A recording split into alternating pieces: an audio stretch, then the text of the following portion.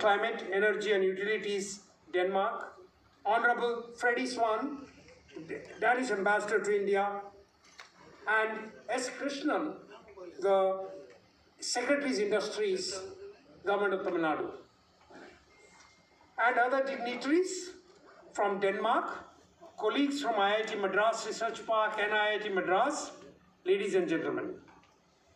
Welcome to IIT Madras Research Park. This park was set up some 12 years back with some seed funds from government and alumni and land from the government of Tamil Nadu. We borrowed close to 50 million euros from banks and have returned it with interest and are financially independent. Besides getting some of the best companies to set up their R&D and collaborate with IIT Madras, we have also incubated 300 companies out here. These companies have been mostly started by youngsters below the age of 25 years. These people belong from Tamil Nadu and from all over India. They are deep tech companies and they are valued today 5 billion euros. The Crown Prince of Denmark, Your Excellency, Ambassador of Denmark to India, Mr. Freddie Savani, Professor Ashok Jhunjhunwala, the President of IIT Madras Research Park, members of the business delegation led by the Crown Prince here to India and specifically to Tamil Nadu. On behalf of the Government of Tamil Nadu, let me first extend a very warm welcome to Your Royal Highness and to the members of the business delegation. Tamil Nadu and Denmark share a very long relationship, and I don't mean the relationship which necessarily goes back to Tranquilbar and before that. That is of course there, but even through my service as a member of the Tamil Nadu, of the Indian Administrative Service and in the civil service of Tamil Nadu, the nature of relationship between Denmark and Tamil Nadu has been one of those exceptional ones as a development partner. As a young civil servant, when I started out in the early 90s, there was a very large Danida project which was being implemented in the district that I worked. And very frequently, and this was the old district of South Arcot in Tamil Nadu, which had at that point a population, it's about 3 districts now, but it had a population of about 4 million, which was roughly the population of Denmark, is what the delegation would tell us at that point in time. That relationship was a very key relationship. In Tamil Nadu, we value that significantly simply because many of the development initiatives that were prepared as part of that endeavor, a lot is being said today about the self-help group movement in India and in Tamil Nadu. Many of those started as part of that Danida relationship. A lot is being said about the work done on watershed development and how water resources are conserved. Many of those were initiatives under the Danida project. The big difference that it made was that it helped us prepare pilot projects, helped us experiment with approaches at a district level, at a subnational level, and then work out much larger development programs and much larger projects which could be implemented across the country in certain cases and definitely across the state. Sometimes it's important to look back in history to understand what is the value of a relationship, and this is the value that, at least in Tamil Nadu, we have set by what we've enjoyed with the Danish government agencies. Likewise, today we are on the cusp of a very important relationship which needs to go forward. And that relates to the whole issue of clean energy transition and the issue of how to tackle climate change. Tamil Nadu continues to be the leader in India in renewable energy. Our installed capacity, more than 50% of our installed capacity in the state currently is renewable, wind and solar, and some hydro. The potential to expand this is also considerable. There is potential specifically in the area of wind, both offshore and onshore. There is potential in solar, and most importantly now, there is potential in green hydrogen. All of this needs to come together in a way that works for both Tamil Nadu, the local economy, India, and for the world at large, because the challenge that we face is a global challenge in terms of climate change. Our Chief Minister, the Honorable Chief Minister, had announced a few months ago that southern Tamil Nadu would be developed as a renewable energy hub with focus on wind, solar, and various other ways of storing this energy, including green hydrogen. Today we are working on the state's green hydrogen policy, and hopefully it would be the first such policy by a state government. There is considerable interest from a number of companies to establish facilities here. We have already signed up memorandum of agreement with 2 companies, and more are coming on stream. There is serious interest from at least about 10 business entities to establish green hydrogen facilities. And all of this is backed with solar and wind energy that the Tamil Nadu grid offers. Today, our installed capacity of renewable power is almost 20 gigawatts, of which about 10 gigawatts is wind. There is a further potential to add about 13 gigawatts of onshore wind and close to about a further about 20 gigawatts of offshore wind to this capacity. So we could be the most significant and leading player in wind energy in the days to come. In terms of offshore wind, the most promising offshore wind locations in all of India and the Indian subcontinent is off the southern coast of Tamil Nadu and the Gulf of Mannar.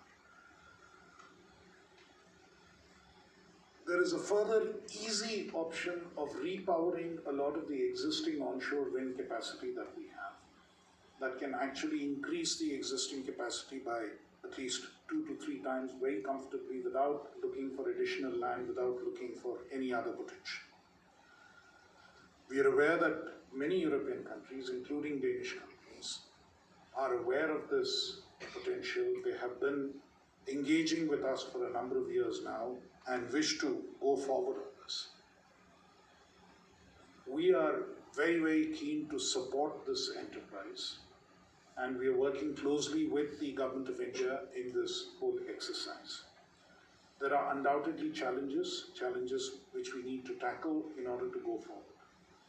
Most significant amongst these is the fact that a lot of the renewable power is intermittent, and which is why storage options are required. And we are looking at pump storage as a big opportunity there.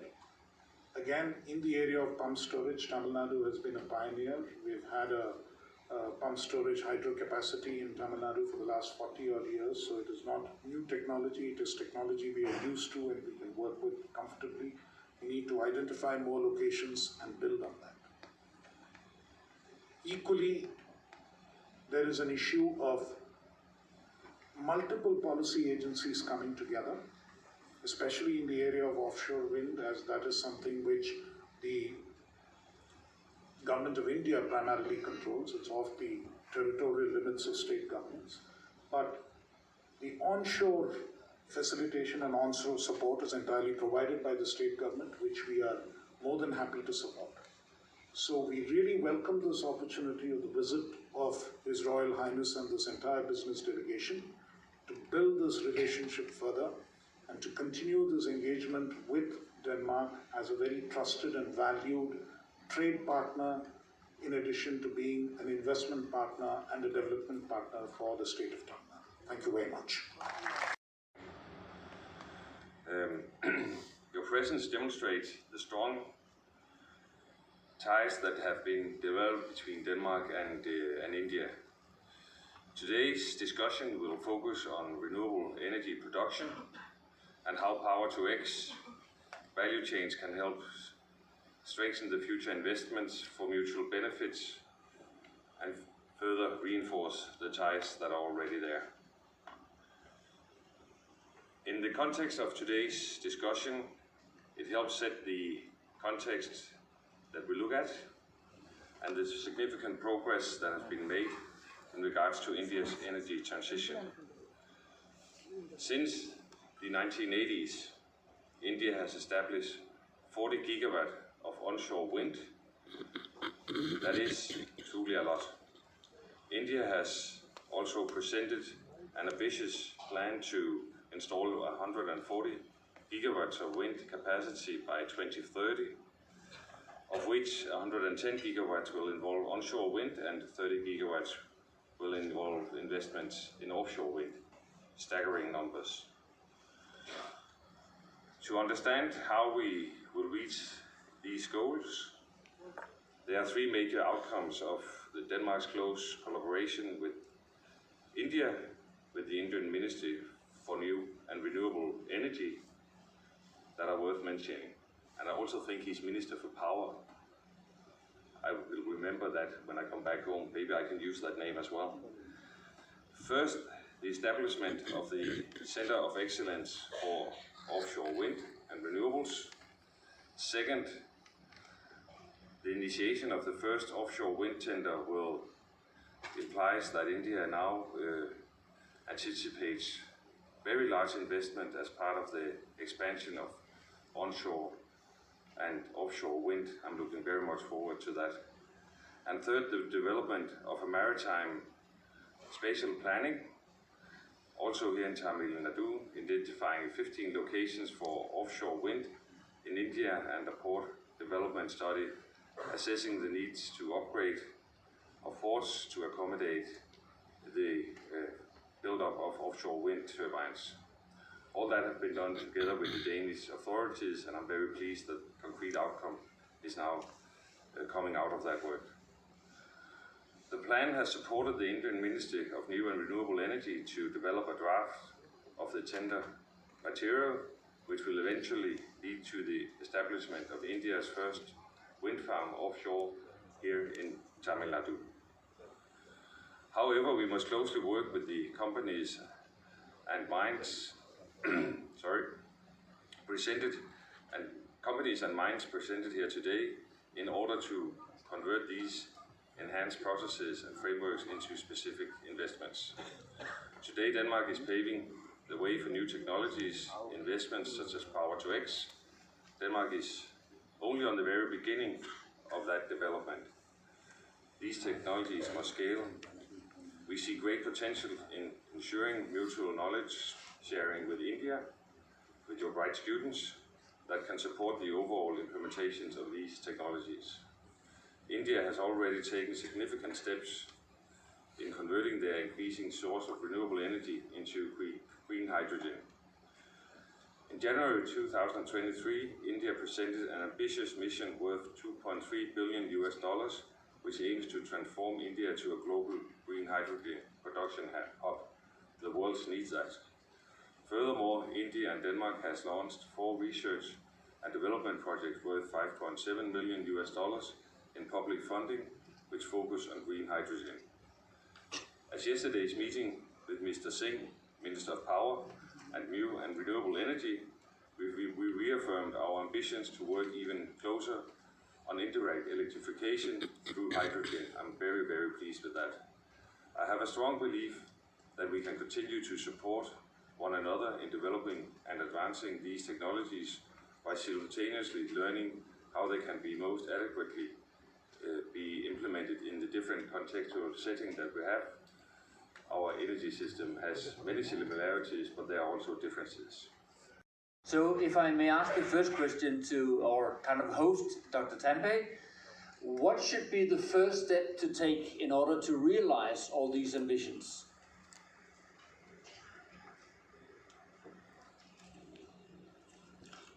All right, the first step is obviously for action. First of all, thank you for having me here, and I'm very happy to represent IIT Madras and a lot of my colleagues that I see here and talk about energy. The first step is call for action. I think Professor Ashok rightly pointed out that the target is daunting for us. How can we get these collaborations going? So from an academia point of view, we want to work more and more closely with industry so that we can transition some of the technologies we are developing into real products, real services. And when we see some live examples of this coming up, including at a facility where we are all, we are really happy that we were able to transition these things. So I think practically transitioning a lot of things that we can actually develop on campus and transition it is the key point. And that's what I would like to lead the conversation with from my point of view. Thank you. Thank you very much. Jan, you come from Siemens Gamesa Renewable Energy. You have to put your money where your mouth is. So what is necessary? What's the prerequisite for you to invest here and to actually have an investment in this region? Thank you very much for the question. Now, to answer the question you already asked before, I think step one has already been taken. I think step one is ambition. And having now worked in India for more than a year, I am truly admired with the ambition that we are seeing here. The amount of gigawatts that are being planned in green energy, the amount of gigawatts in addition to that are planned offshore as well, and then also gigawatts for green fuels. All of this adds up, and it adds up to a volume we cannot imagine. So this ambition is something I really admire. Now And now we will conduct a very symbolic gesture, namely we'll cut the ribbon for what is going to be the first offshore port in India. And that's why we are cutting the ribbon, because when the tender is out on offshore wind, we need the infrastructure. So ladies and gentlemen, be sharp, open your scissors, and we'll cut the great ribbon. So I will count. Are you ready?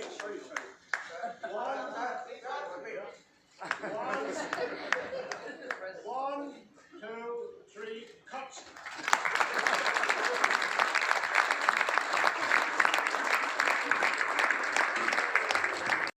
The green transformation is happening in Tamil Nadu. Dhanyavad. Thank you. Delivering in the ambitions on the Green Strategic Partnership, and they have selected 4 highly qualified projects. A total of $6 million was allocated for the call by the Innovation Fund of Denmark and Department of Science and Technology.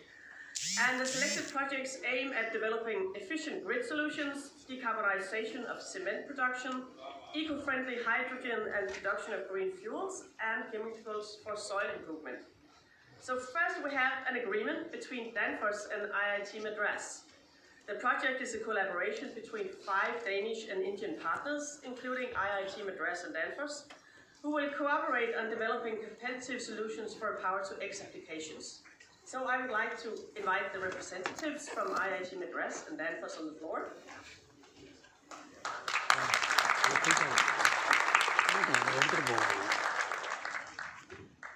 Please step in front of the line and exchange the agreements.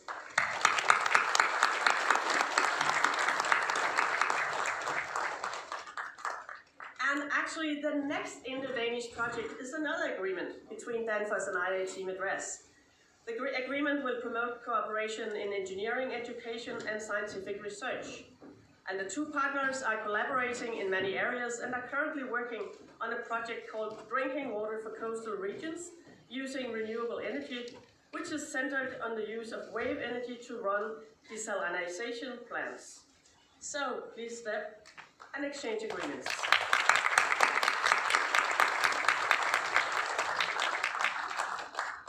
Thank you so much. And now we turn on to the next project. And the next project is also under the Indo-Danish bilateral research call and is titled Tomorrow. the collaboration between the Danish Technical University, FL Schmidt, and IIT Madras. Cement production contributes to approximately 8% of CO2 emissions globally, and the aim of this project is to develop a pyrolysis technology for alternative fuels in cement production, and thereby decarbonization of the cement industry. So, FL Schmidt and IIT Madras, as founding member of the Energy Consortium at IIT Madras. The consortium will facilitate cutting-edge interdisciplinary research, development and commercialization across the entire energy value chain. This includes energy conversion technologies, carbon capture, renewable energy systems, distributed power, electrolyzer technologies, and energy storage technologies. So, please exchange agreements.